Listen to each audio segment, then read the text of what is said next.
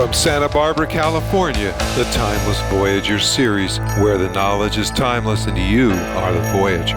Interviews with leading-edge authors and speakers, psychic phenomena and the unexplained, UFOs, extraterrestrial encounters, government cover-ups, alternative healthcare, new technologies. Fasten your cosmic seatbelts and join me, your host, Bruce Stephen Holmes, the Timeless Voyager.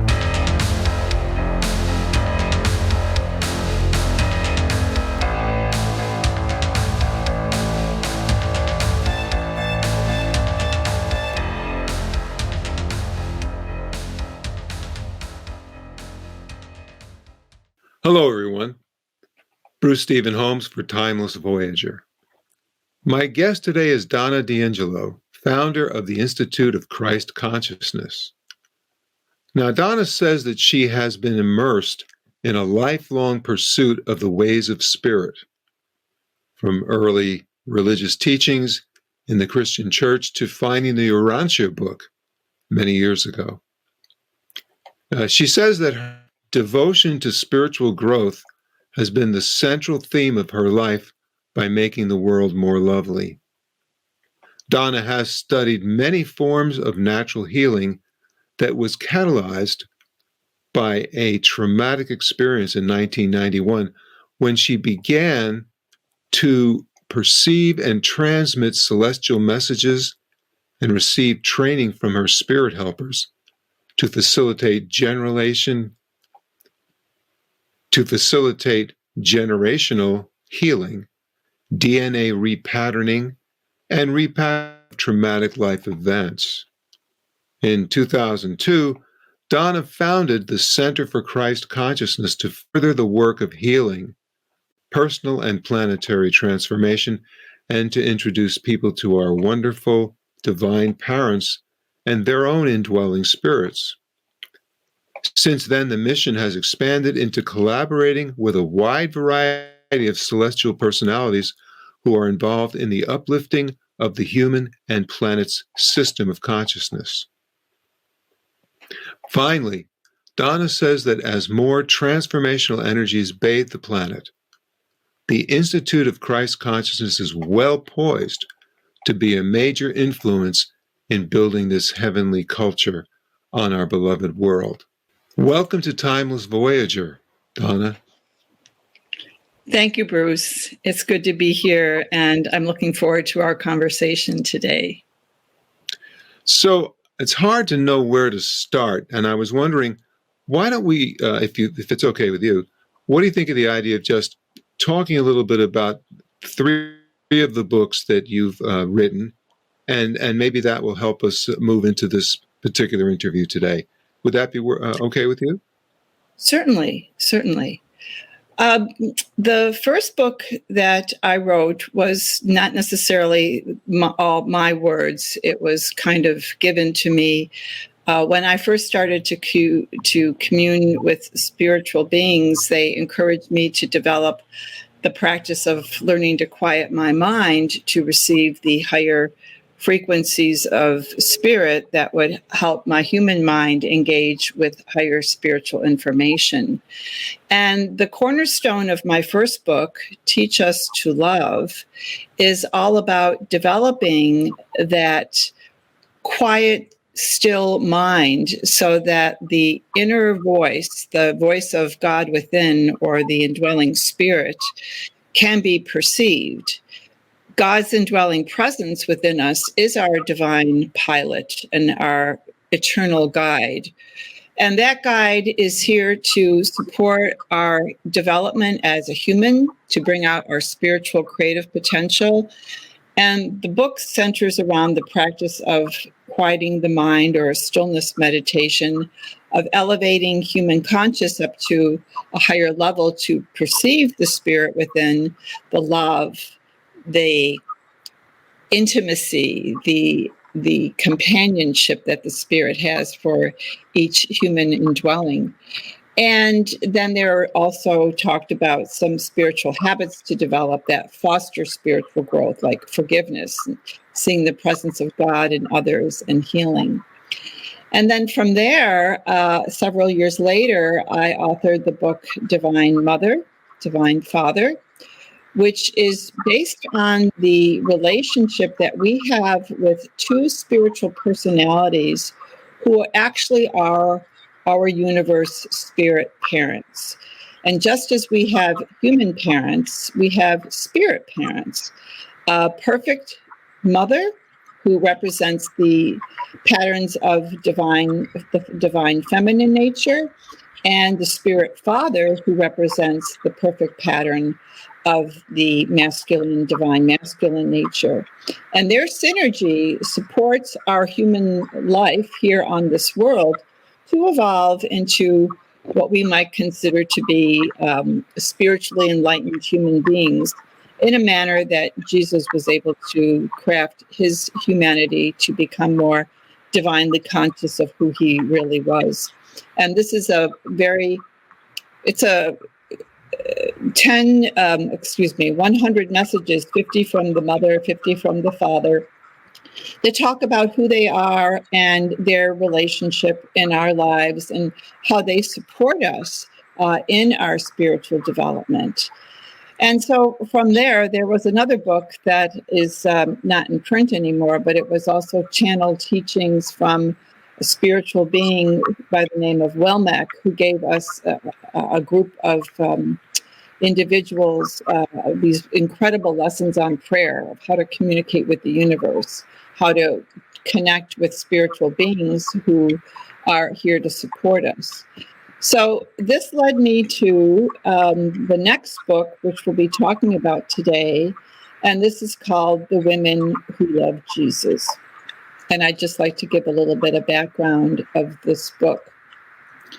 The Urantia Book is a very large spiritual revelation that helps us understand our nature with reality, who we are, who God is, the nature of deity, and how deity expresses itself throughout the vast starry realms, even down into this planet.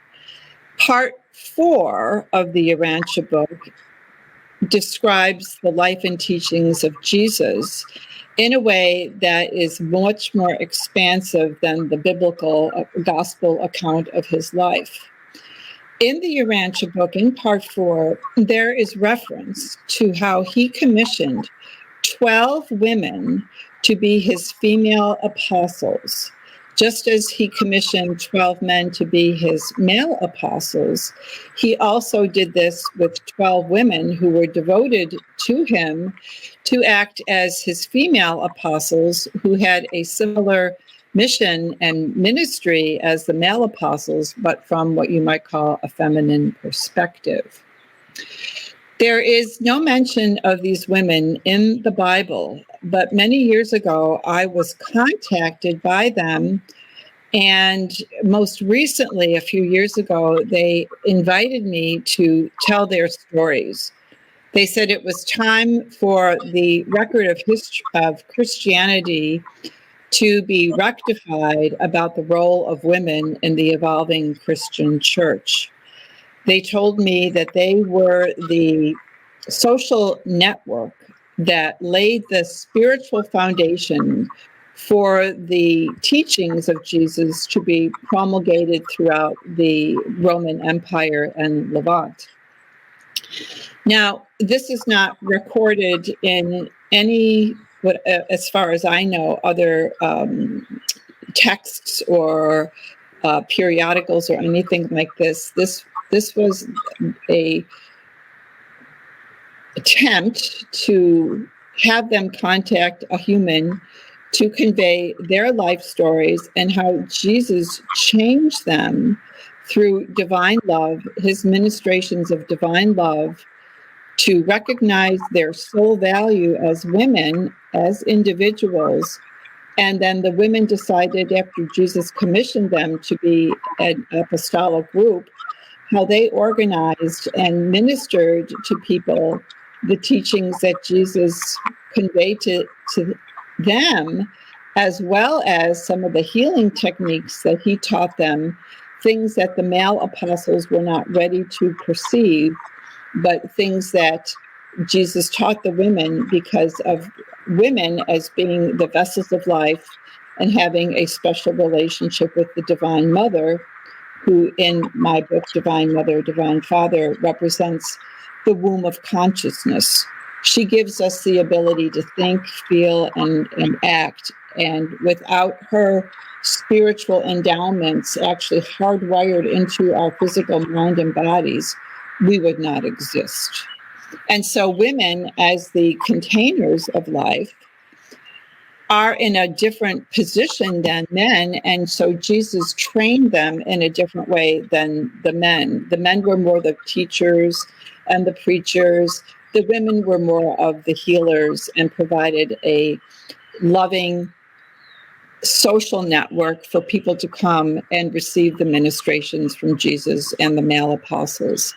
So it was a very different approach. And when they asked me to convey their story, they wanted women of the modern day and men too to understand that in the eyes of God, men and women are equal. Jesus was really the first woman's liberator. He loved women. He loved his mother. He could not understand why his mother was segregated in the synagogue from the rest of the men, knowing that women have spiritual potential.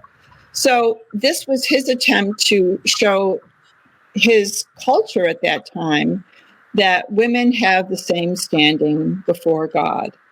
And this can replicate now into our modern day religious institution to bring women back into the forefront as ministers, ordained ministers of the gospel that Jesus preached, which I also want to convey here through this book, and which is also related in the Urantia Book, that the original gospel that Jesus preached is not the same as the Christian gospel. The Christian gospel is, to kind of briefly paraphrase it, is belief in Jesus Christ as the risen Lord and accept him as your Lord and Savior. But Jesus' gospel was much more simple. It was faith in God, or faith in the creator of all, and loving service in the family of humanity. That's it. And of course, there's many different ways in which a person can serve to love humanity, but it's basically a message of having faith in the creator, opening your heart to the creator and letting the creator's guiding presence within to lead a person throughout their spiritual development. Now, Jesus used the words, the kingdom of God or kingdom of heaven is within. He used those words because that was a familiar term in his day and time, the word kingdom. But it's really the family of God. God's presence lives within each one of us through our indwelling spirits, and we are all unified in that love relationship, regardless of our gender, our intellectual development, our emotional maturity, our innate talents and abilities, our cultural differences. We are all one in the family of God. And Jesus' message was to bring the two ends together, the relationship we have with the divine and deity, and how we go about showing that love in service to our brothers and sisters. And that was the gospel that he preached. The women, in their sharing their stories with me, really underscored how Jesus was able to evoke such a spiritual response in them that it was able to cut through their cultural conditioning and help them feel their authentic human self and the purposes for which they were here as humans. Now, And could I just interrupt a second? Let me ask you a question. You just made a statement that I found interesting, and I thought I would underline it. Are you saying that these 12 women were, let's say, channeled by you and answered that question or brought that up? Or are you saying women in general? I lost a little bit of what you were saying. The 12 women related their stories to me, their individual stories. That's what I But want to know. their stories are relevant for all humans, especially the women of this world who are having challenges in understanding their innate value. Because what Jesus did for them was, when they were before him or they would hear his words, they were electrifying, and they created some kind of a catalyzing spark of truth recognition within them that helped them to move beyond their cultural conditioning and begin to feel their authentic self. That was kind of what you might say buried beneath the influences and traditions of their culture. Not all of the women were of the Jewish tradition. There was a woman who was the daughter of a Roman centurion. And then there was another woman who was the daughter of what you might call, I'm searching for the words. I don't necessarily want to use the word pagan, but that's the only word that comes to me. A pagan physician. He believed in, not in monotheism, but in many gods. But he was a physician, and he understood the herbs and some of the healing properties of plants. And this was a woman who was raised in the religious tradition of her family, but she stepped aside from that when she had an encounter with Jesus, and that evoked a response in her of who she was. Now, So his mother was an Essean, right? I'm coming from the Urantia Book tradition. They do not really go into that in terms of the Urantia Book's perspective of Jesus' human life. They do talk about his biology and inheritance from both his mother and his father.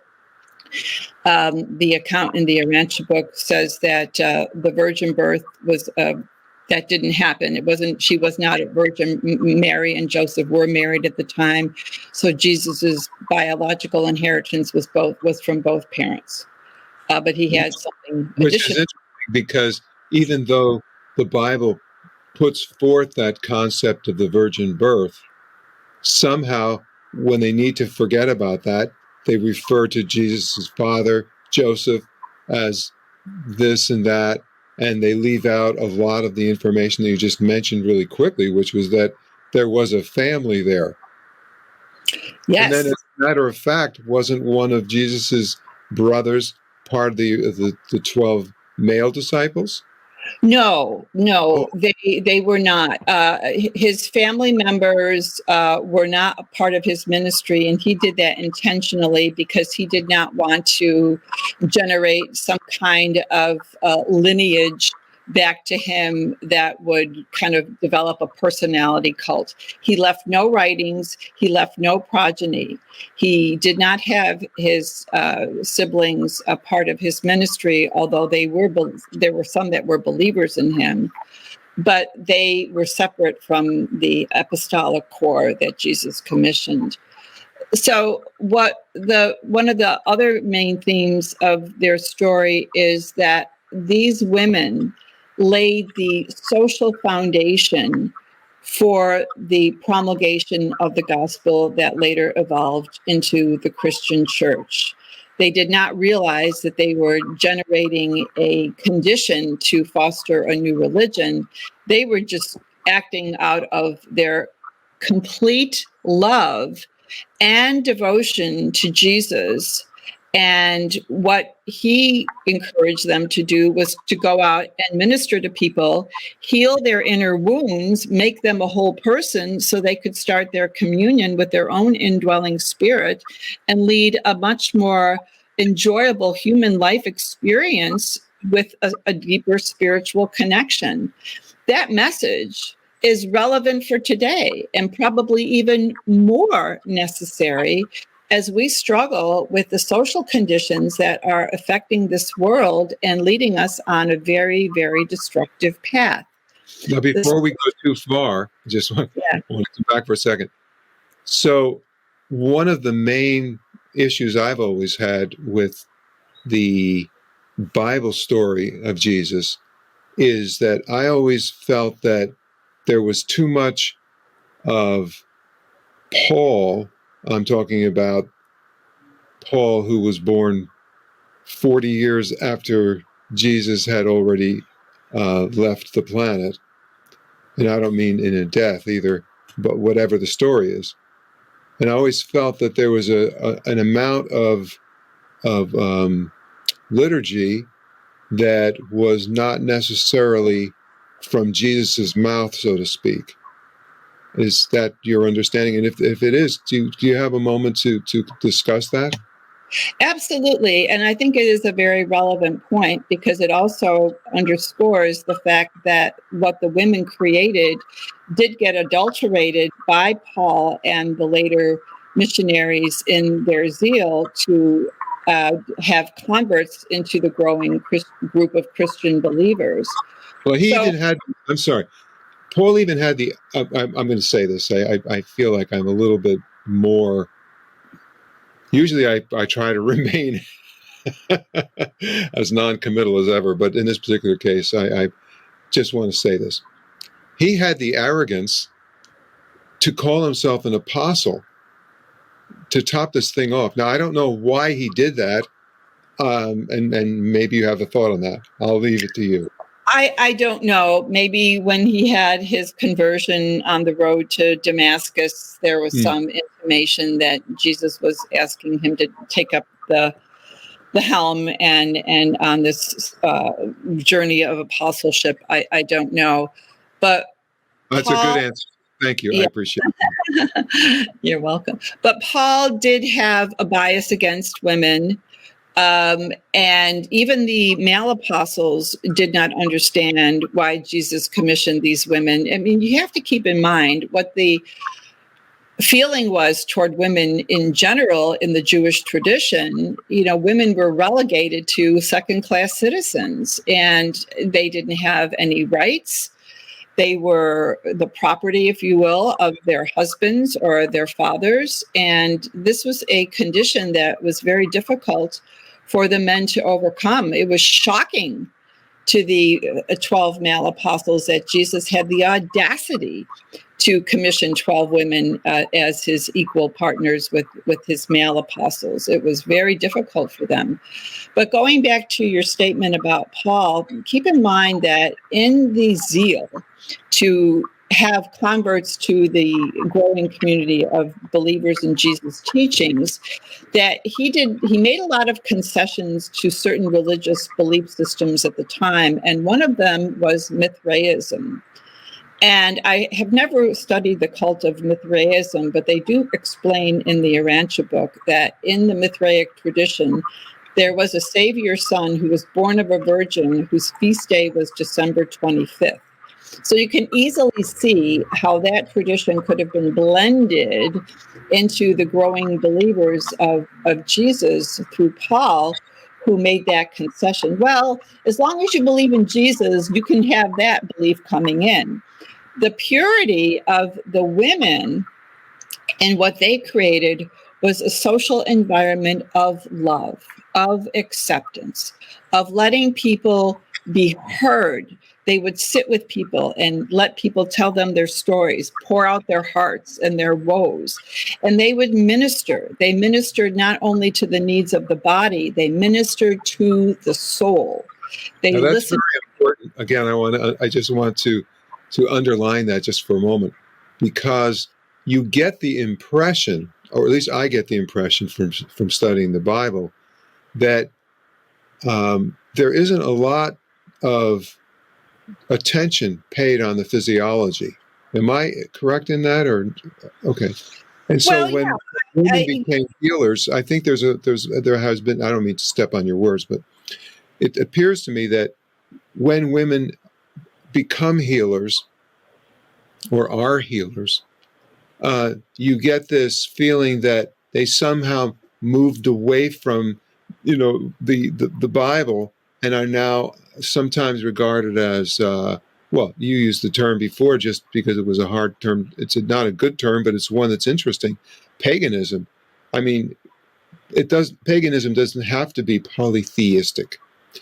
It can be monotheistic, but you still are using the information from nature, let's say, healing, herbs, and so on and so forth. And I'll stop there, but I wanted to say that you're touching on something very important in my perception. And it is very important because, well, first of all, Jesus understood the natural world too, and he was very much drawn to nature. In the Urantia book, it would talk about how he would go out and commune with nature and commune with God, his own spirit, and it provided him a very conducive setting to still his mind and to make contact with his own indwelling spirit for higher guidance. And so the natural world is here to support us. I mean, we eat the plants and the vegetables and the fruits. I mean, this is here to support human life and other energetic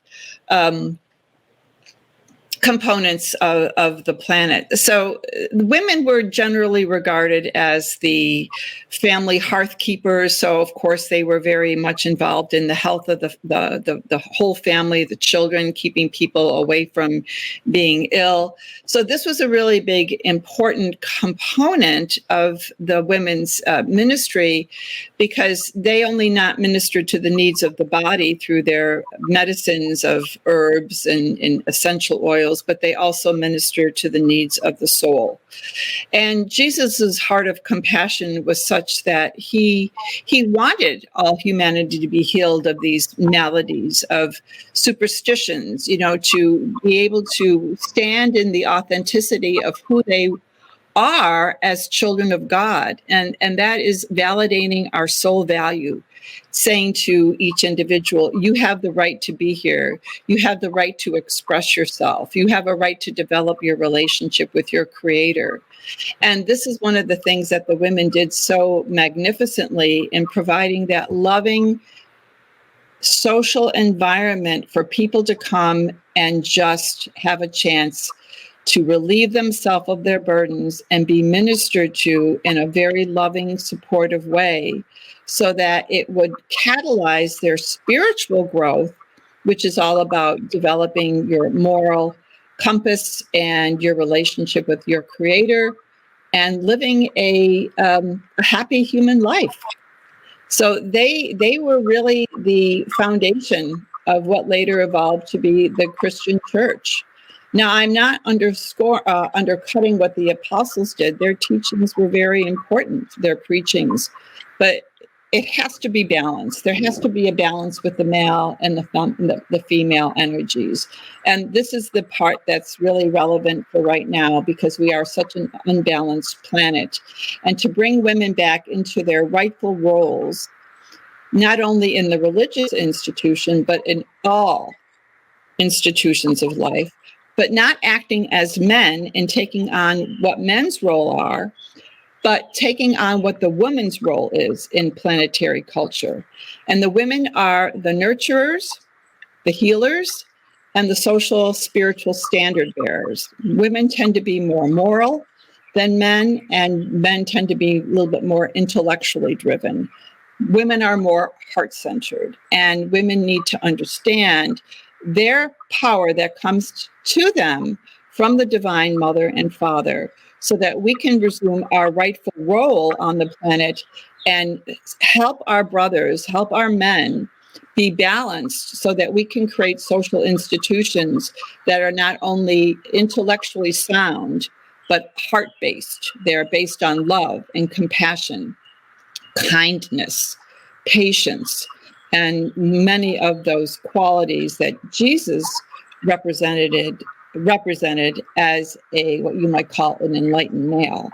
So there's a lot of correction that needs to be done on this planet, and this book is attempt to help people in the Christian belief system, and really in any belief system, understand the role of women on the planet, especially in the development of a higher social order that's more spiritually enlightened. Now, you alluded to, I should say, in the introduction that I spoke on, I believe that you alluded to the idea of many of these different personalities that come through. Would you like to comment on that a little bit? Okay. I It first, wasn't a great transition, but no, that's okay. That's okay. I mean, I know for some people, the idea of channeling can be a little bit curious and speculative. I didn't understand it myself until it happened to me in the early 90s when I started to meditate and I could feel energies in my head. And I had an experience which was very profound to open what you might call my communication channels in my mind to perceive spiritual and information. And as I opened up to this, I made contact with a variety of what you might call humans from other worlds who were here to help us in our spiritual development during this particular phase of our planetary evolution, and also started to make direct contact with the Divine Mother and Divine Father and to feel their loving presence and how fundamental it is for us to develop these deeper inner relationships that are the basis of our spiritual foundation for our human natures. So over the years, I've had many contact with variety of personalities, some divine beings like our divine parents who are perfect spiritual parents for us, and other personalities who are here whispering into human mind with higher information to help us change our planetary habits of misusing the planet's natural resources, our relationships that tend to devolve into separation and acrimony, and to bring us back into the true meaning of what humans are here to do, and that is to use the planet's natural resources in conjunction with divine principles of life, what you might call divine law or God's will, and to be loving and supportive brothers and sisters to one another. So my education from them was all based on helping me develop my own inner skills. And I began to understand that I was really, from my own personal interest, so sick of all the anger and fighting and war and poverty and disease that we have here, that it took me on a path of really understanding how we got so messed up and what is the way back. And it's all through spiritual development and understanding how to use the natural resources of the planet in a higher way that is consistent with the divine principles of life. So they've helped me in that regard. And it's too many to talk about, but I love them. And I'm so appreciative of all the help that they've given me, because without that, I don't think I would have been able to develop my internal intuitive abilities to now do what we call some very deep repatterning work to help human nature release all of these impediments that have been placed on it of separation mentality, helping people move out of unworthiness and to feel more of that authentic higher self within them that guides them along their path of becoming a more enriched, happy, and purposeful human being. So they have been instrumental in helping me. And the beauty of this is any person is really welcome to open up to spiritual helpers, because we live in a friendly universe. And our universe brothers and sisters have a very vested interest in helping this world grow out of its separation from the rest of the universe family and come home. And so they want to communicate with us. They want to give us these spiritual lessons. They know that we have been so love deprived here on this world, which is the source of all of our social problems. Love doesn't hurt. Love doesn't seek to aggrandize itself over, lord it over one person over the other.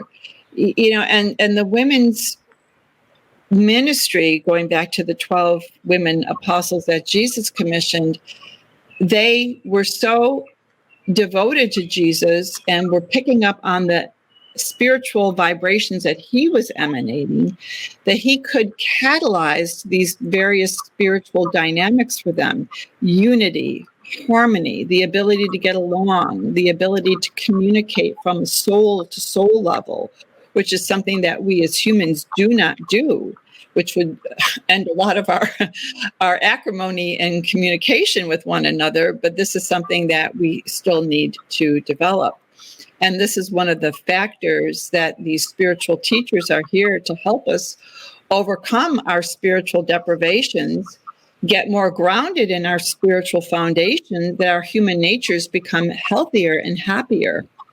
And we can be here on the planet in the way in which we were designed by our Creator, to love the planet and to support all life here, for all humans to develop a happy, purposeful life, and to use the natural resources of the planet in conjunction with divine will or law. No, So, I just wanted to interrupt. Excuse me. So what I was thinking about, because you bring so much information in, and if I don't stop you for a moment, some of it is, I don't know if it's important or not, but I think it is. Okay, I think if we go back a little bit, let's go back to the Urantia book, because I think what you were saying would underline this particular point, and that is that I don't know how long this planet has been here, but there are folks been here a long, long time, and there have been many human species that have been on here.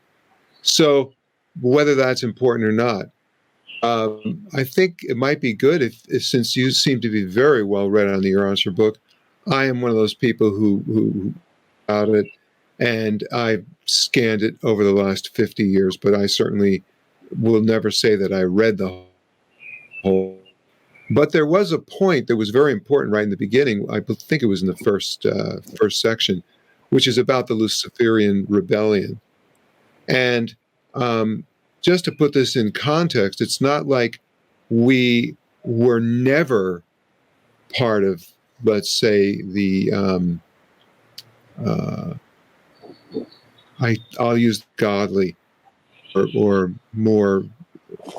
I'm losing a word here, but the point I guess I'm trying to make is, after the Luciferian rebellion is when we were finally separated from the rest of our families, let's say, in the universe, the universal family. I wonder if you could comment a little bit on that, if it's appropriate. well, I can, and actually I can comment on that a lot, because I was told to do a deep dive into the dynamics of the Lucifer rebellion and what it did on this planet, which has been the foundation of my work of generational healing, to help people unplug from that insidious influence that separated us from our Creator, that separated us from the rest of our universe family. It's a huge topic to discuss. And we are in the throes of outworking this right now, when we see a very evil agenda about basically destroying the planet, destroying humanity right in our face. And this is the time for us to choose whether or not we want to participate in this dark agenda, or if we want to choose the light, the ways of God, the ways of love, the ways of compassion. To put it in a nutshell, what happened here on this planet was that our world was a part of a system of worlds that were a part of a larger planetary aggregation. The head of the system that our planet was a part of, his name was Lucifer, and he decided that he did not like the divine plan of evolution that was put forth by the Divine Father, who is known in the universe as Christ Michael, who is also known as the human Jesus. He incarnated here on this world because our planet was so backwards and so spiritually deprived that he came here to set the record straight and to end the Lucifer rebellion in his particular sector of the worlds that he was the administrator for. I have to just stop here to gather my thoughts to put this in a nutshell. So basically what happened, Lucifer did not like the divine plan of evolution, which was to evolve humans from a very crude, primitive, indigenous human up to a high, spiritually enlightened being like what Jesus demonstrated. He said it took too long, so he decided to take this planet and other planets under his jurisdiction into rebellion against the divine plan and put his own plan of evolution in place. That attempt, or what he did, separated us from the rest of the universe, because the universe mother, who is the womb of consciousness, does not want her children to devolve from the divine plan. So there were circuits of connectivity from this planet to the rest of the universe that were severed. Now, the good news is that these connections are now restored, and this is one of the reasons we're going through this phase right now, because there's this massive spiritual rehabilitation underway. But what Lucifer did was to separate us from our Creator by putting himself in the place of God. And when you read the Bible and you look at some of the ways in which God is described as a vengeful, wrathful deity who's just waiting to mark down your sins and, wreak havoc on your life, that is more of the Luciferic deity concept. It is not the nature of God. And that's why Jesus came, to show the nature of God is loving, approachable, compassionate, understanding. So he separated us from our Creator by putting himself in place as the object of worship. He did not like the way humans were evolving, so he tried to speed it up. And then he did not recognize our Creator Father, Christ Michael, as his sovereign authority. He said, I'm the authority in my domain. I'm going to do it my way. So he took our world and 36 other worlds into a deviant plan of evolution. And this is where we get all of this separation mentality from. It comes from this event that transpired on this world 250,000 years ago. So our planets, what you might call our genetic biology, which does have memory and is impacted by spiritual energies, we have been evolving in a very deviant way. And I've done a very deep dive into this in my ministry of healing. I look into the memory patterns of an individual and ask the Divine Mother and Father to come in and help a person release the information in their DNA so they can get back into more of that love dynamic and the information that their consciousness needs. Now, this is very complex, and I'm just kind of giving you a very brief overview of the rebellion and the work that I do to help people unplug from this insidious influence that foments a feeling of unworthiness, feeling of powerlessness, feelings of fear and anxiety. And this is all correctable. This is not the way God intended us to live. So what we're going through right now is a massive change of coming back to our spiritual foundation, our spiritual origins. And this book of the women who loved Jesus, the account of the 12 women apostles, is here to help us and restore that feminine, masculine balance on the planet, where both men and women are in charge of the planet in a balanced way, not just, having a patriarchal model or a matriarchal model, which can tend to unbalance things, but to have women and men work harmoniously together, where women's power and men's power are synergistic, complemental, and can work together in a way that will create social institutions that are equitable, sustainable, loving, and support all humanity. And we have never done this before. We have never developed our spiritual potential that God has given us to create. So this is a really big thing we're talking about here. This book is just one little piece of it. But the ministry of the Institute of Christ Consciousness is here to support the development of these social institutions that have these, what you might call, more harmonious, balanced principles as the the driving mechanism for the social institutions to reform. So we are in a big, big energy soup of all of kind of letting go of the bad and the evil that we don't want anymore and bringing in the good. So we're kind of in a spiritual renaissance. And it's a really wonderful time for people to awaken to their spiritual potential and come into a greater appreciation of their relationship of who they are to our Creator and the love in which they have always existed. And these women experience this firsthand by just being in Jesus' proximity, because he emanated that perfect divine love to each woman and to everyone. You know, some people were able to receive it, but these women were so ready to receive his love that catalyzed who they were, so they could go out and form this group and do these wonderful things that have now laid a foundation for real planetary change to occur on this world. The question I think that I have at this moment then is this. These 12 women, do we get to know their names when we get the book? Or oh, yes. Well, they are identified in the Urantia Book. And their names, each woman has her own story.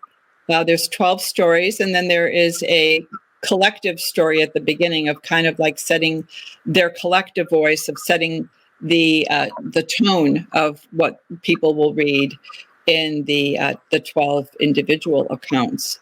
And the main theme of their individual accounts is what Jesus did in them to evoke this incredible response of inner recognition of who they really are, and the divine dignity and value they had as a human being, which Jesus imparts to everyone, whether it's 2,000 years ago or now.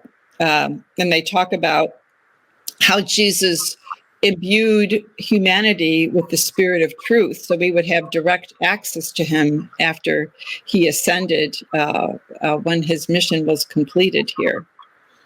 So, yeah, there's a lot here. It's a big thing that's happening on the planet right now, and there are many different pieces that are adding to the puzzle to bring about this big correction, this big picture of correction that's underway. So now that we see the picture, what is the possibility that we're moving towards? What are we looking at? Are we looking at now? I'll bring this in just for the sake of it. Perhaps people aren't aware of this, but there's actually Lucifer, Satan, and Caligastia, 3 different beings. I don't know that they're necessarily aligned, because when I first read the Urantia Book, I was completely blown away by the idea that this group of planets was known as Satan or Satan. Satania. Satania, I'm sorry, Satania. And that actually wasn't a person. That was the first thing that did I misspeak there? The universe is composed of many different administrative branches to organize and administer the evolution of the entire universe. So we are one world, and the next administrative level above us is called the system. And then there are higher administrative levels above that until you get to this big universe, which is called Nebadon. And Right. there is the potential of 10 million worlds, such as ours, in that larger aggregate starry configuration. So Lucifer had administrative control of potential 1,000 planets. I don't know if all the planets have been developed yet in the system, but the system name was Titania, and Satan was named after that. Lucifer was what they call him, the term they use in the Urantia book, the system sovereign. Right. Satan was his assistant, like second in command. Mm-hmm.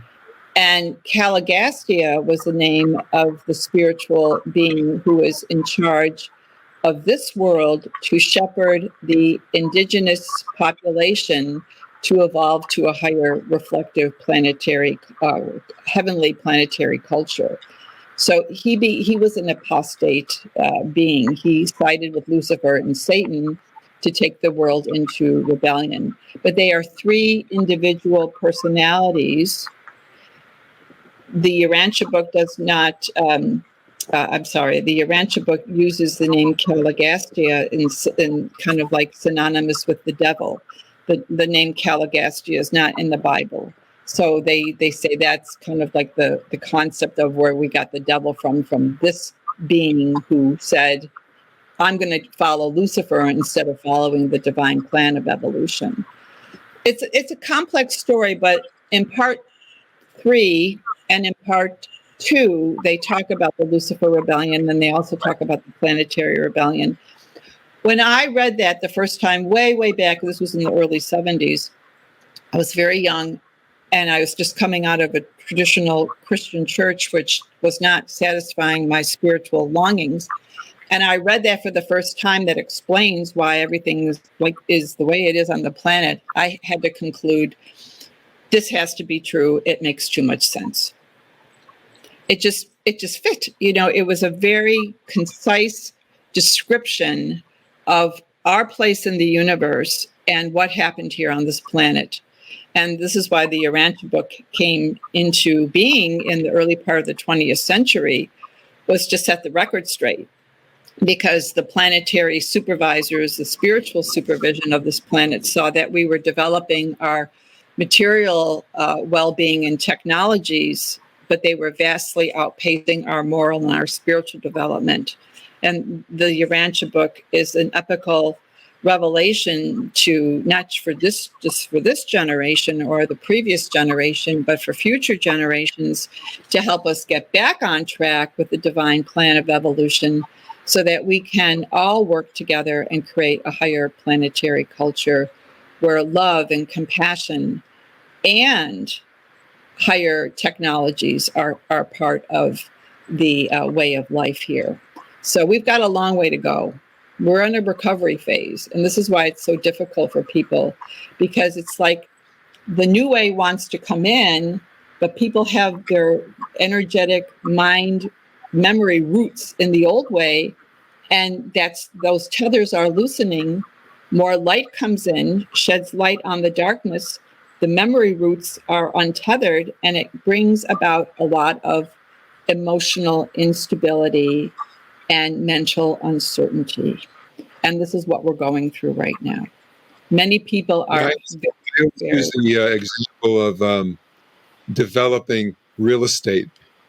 Before you can develop the real estate and quote unquote improve the area, you have to tear down the one that's there. And there's plenty of problems with tearing things down because people don't want to change. And yet change, as you said before, is something that is going to happen.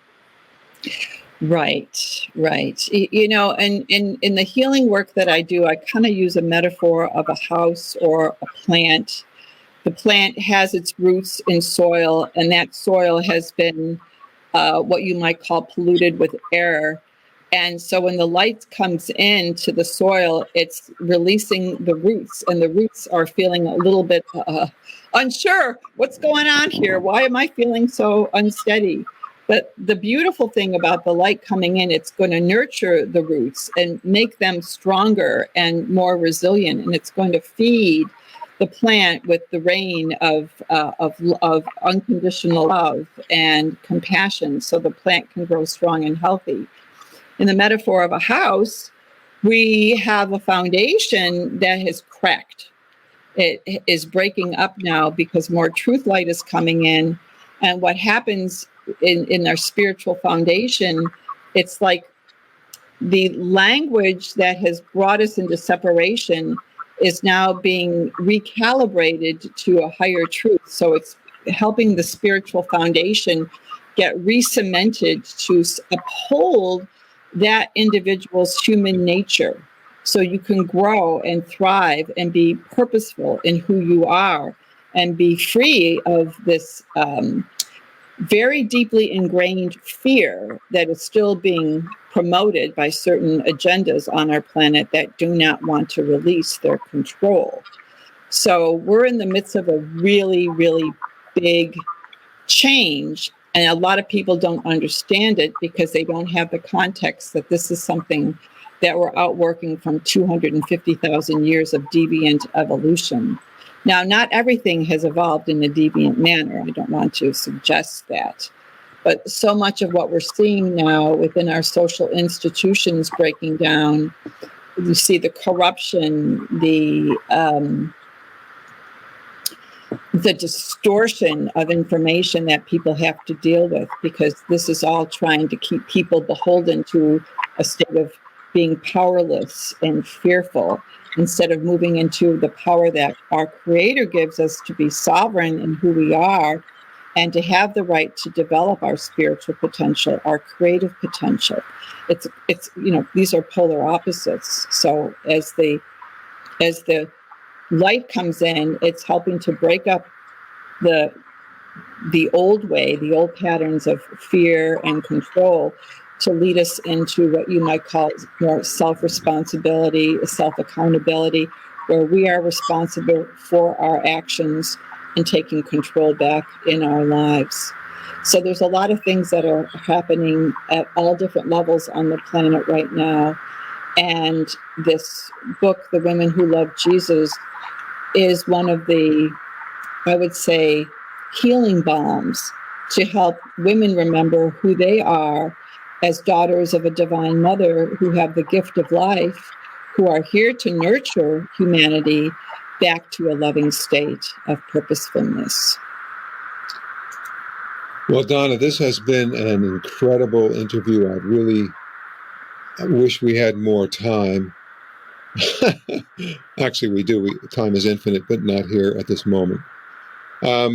If you had a few moments to wrap this up, I think you actually did wrap it up, but if you'd like to add something, please feel free to do that. In closing, I would like to just encourage people to open up to their own indwelling spirit of God, because that is the most perfect way of becoming more of who you truly are. The spirit within knows you better than you know yourself, sees everything in you, sees everything that you may not like about yourself, and just wants to help you refine your human nature into a thing of such beauty that you can be an inspiration to others. And if you start to develop yourself in this way and just spend time communing with your spirit, you are embarking on the most wonderful process that if everyone was doing that with sincere commitment and devotion, this world would change almost automatically overnight. We would end our fractious relationships with one another, and we would be guided to create these social institutions that work for all humanity, not just for a chosen few. So I'd like to end with that. And please explore my website, the Institute of Christ Consciousness, at institutechristconsciousness.org. My book is available on the books and recording page, which is found under the resource tab. And as well, please explore the services that we provide here. And if you feel a need for personal touch, the healing facilitation that I do is life-changing. It will make you into a new person. It will bring you back to your true self and set you on a course of true inner peace and soul development. And thank you so much, Bruce, for this opportunity. Well, thank you very much, Donna. For the rest of you, I'd like to just say these few words, and that is this. I want to thank you for listening to Timeless Voyager Series. I really appreciate your watching and listening to the series on both video and audio players. One thing you can do for me as the founder and the creator of Timeless Voyager is to hit that like button. And also, please subscribe. It really helps to keep me on the air so that I can keep producing content like the program you just watched on a regular basis. Subscribing and liking are free, and those very small actions on your part are greatly appreciated. My name is Bruce Stephen Holmes, and I hope that your own personal voyage through life towards the development of your highest potential is a joyous and successful one.